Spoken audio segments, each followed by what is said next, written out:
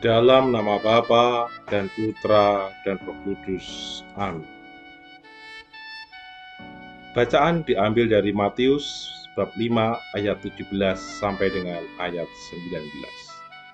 Janganlah kamu menyangka bahwa aku datang untuk meniadakan hukum Taurat atau kitab para nabi.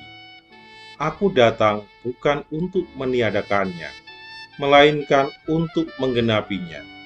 Karena aku berkata kepadamu, sesungguhnya selama belum lenyap langit dan bumi ini, satu iota atau satu titik pun tidak akan ditiadakan dari hukum Taurat sebelum semuanya terjadi. Karena itu, siapa yang meniadakan salah satu perintah hukum Taurat sekalipun yang paling kecil dan mengajarkannya demikian kepada orang lain, ia akan menduduki tempat yang paling rendah di dalam kerajaan surga.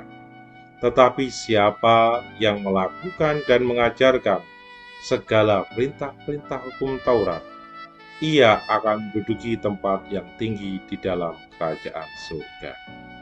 Bapak, Ibu, dan saudara-saudara yang terkasih dalam Yesus Kristus, renungan pada hari ini diberi judul Iman yang Nyata. Yesus memang datang membawa ajaran baru, atau lebih tepatnya membawa pemaknaan baru tentang menghayati hukum Taurat. Tentu saja berbeda jauh dengan pengajaran para ahli kitab dan para Farisi, sehingga mereka bereaksi. Apalagi orang Farisi merasa sebagai pewaris hukum Musa. Mereka mengabarkan bahwa Yesus ingin mengganti hukum Taurat. Sebuah tuduhan keji yang mau tidak mau harus diklarifikasi oleh Yesus. Sehingga Yesus berkata, "Janganlah kamu menyangka bahwa aku datang untuk meniadakan hukum Taurat atau kitab para nabi. Aku datang bukan untuk meniadakannya, melainkan untuk menggenapinya." Seperti yang tertulis di ayat 17. Jadi, Tuhan tidak ingin meniadakan satu titik pun hukum Taurat, tetapi justru menggenapinya. Pertanyaannya, apa yang digenapi? Yesus tidak ingin murid-muridnya menjalani hidup keagamaan hanya demi formalitas belaka atau demi aturan dan tuntutan. Menghayati iman dan liturgi harus bersumber pada hati dan dapat diwujudkan dalam hidup sehari-hari.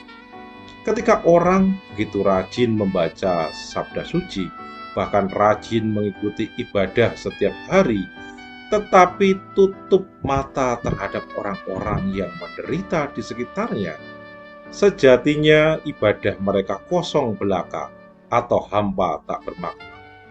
Itulah wajah orang yang saleh di dalam formalitas liturgi, tetapi acuh terhadap nasib dan penderitaan sesama.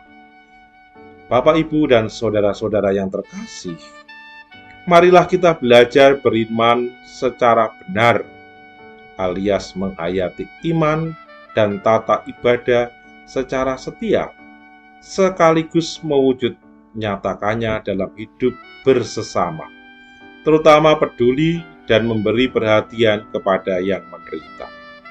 Jika demikian, kita sejatinya telah menggenapi ajaran iman itu dengan ragam macam tindakan kebaikan.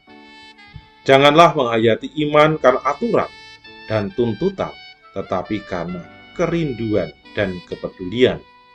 Selalu rindu mendengarkan firman dan rindu pula mewujud nyatakan firman itu dalam hidup sehari-hari. Apakah sungguh kita rindu membaca firman Tuhan?